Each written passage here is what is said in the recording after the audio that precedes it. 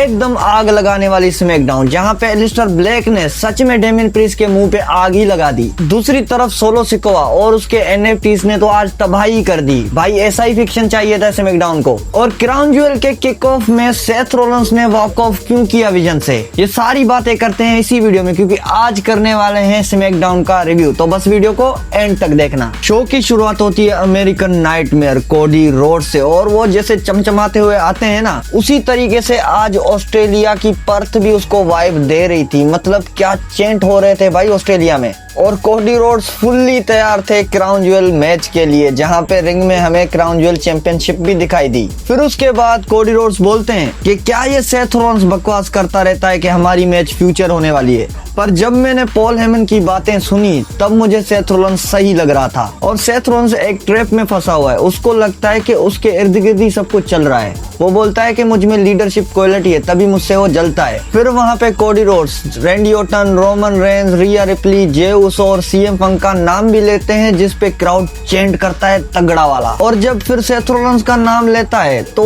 Crowd का बू आता है, एकदम जबरदस्त बू। मतलब जब सेथ रोलिंस होता है तो भाई उसका ही वो गाना गाते हैं। आज बू मिल रहा था, ये बात कुछ समझ नहीं आई। उसके बाद क्राउड ने एक अजीब चेंट किया जो चेंट करना नहीं चाहिए था। WWE को उसे म्यूट करना चाहिए था, लेकिन इस बार WWE ने म्यूट नहीं किया। और वो चेंट हमें वेड बैरेट ने खुलकर बताया। मैं उसके बारे में ज्यादा बात नहीं करना चाहता। फिर उसके बाद कोडी रोड्स सेथ रोलिंस को बोलता है कि सेथ रोलिंस, तुम्हारी दुनिया में मैं कुछ हूँगा ना, भले रेसलर ना भी सही, पर एक इंसान तो हूँगा ना, और मैं वही इंसान हूँ जो तुम्हें बीट करेगा। मतलब आज का प्रोमो कोडी रोड्स ने माइक ड्रॉप प्रोमो दिया। पर एक बात मानने वाली है, बंदा मास्टरमाइंड तो है। सेथ रोलिंस को मतलब कितना कंफ्यूज करके रखा है इस बार, या कोई ये सेथ रोलिंस का गेम प्लान है, ये पता चलेगा हमें क्राउन ज्वेल में। उसके बाद मैच होता है सेमी ज़ेन का open challenge match for United state championship. लेकिन इस बार कुछ शॉकिंग हुआ। इस बार रिटर्न हुए शिंसुके नाकामोरा, और ये अनएक्सपेक्टेड था स्मैकडाउन में।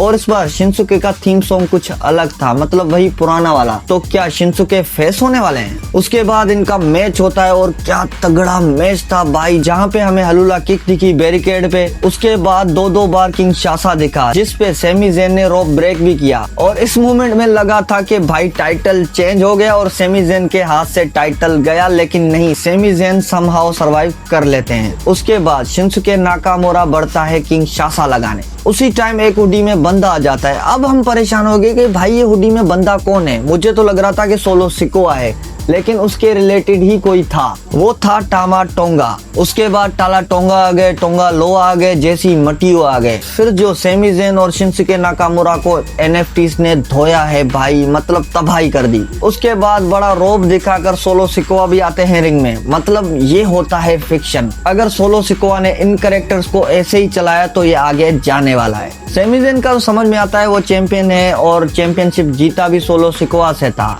नाकामोरा ने क्या बिगाड़ा था भाई। फिर उसके बाद बैक स्टेज सेगमेंट होता है, जहाँ पे जेका फाटू दिखते हैं कोडी रोड्स के साथ। कोडी रोड्स को बोलते हैं कि भाई तू सेथ रोलिंस से मैच कर ले, उसके बाद टाइटल के लिए मैं आ रहा हूँ। और वहाँ पे कोडी रोड्स भी बड़े अच्छे से बोल देते हैं कि गुड। कोडी रोड्स तो वहाँ पे चले जाते हैं, लेकिन ड्रू मैकिंटायर अटैक कर देते हैं जेका फाटू पे। और ये अटैक कोई नॉर्मल लग ही नहीं रहा था, ऐसा लग रहा था कि इन दोनों की राइवली कुछ सालों से ही चल रही है। वहाँ पे जनरल मैनेजर और ऑफिशियल्स आगे इनको सेपरेट कर दिया। फिर उसके बाद एक और सेगमेंट हुआ, जहाँ पे हमें पता लगा कि नेक्स्ट स्मैकडाउन में ड्रू मैकिंटायर वर्सेस जेका फाटू की मैच होने वाली है। अब जेकाब पे तो अटैक किया ड्रू ने, लेकिन अब बारी थी जेकाब की। वहाँ पे आ जाते हैं जेका फाटू और अटैक कर देते हैं ड्रू मैकिंटायर पे। फिर भी वहाँ पे आ जाते हैं ऑफिशियल और उनको सेपरेट कर देते हैं। लेकिन ये चीज देखकर लग रहा है कि ये राइवलरी मजा देने वाली है, क्योंकि दोनों बंदे ऐसे हैं कि मिड लेवल को अच्छा रखते हैं और WWE वाले इस चीज को अच्छा दिखा भी रहे हैं। उसके बाद मैच होता है tag team match, Tiffany and Stephanie versus Julia and Kiana James.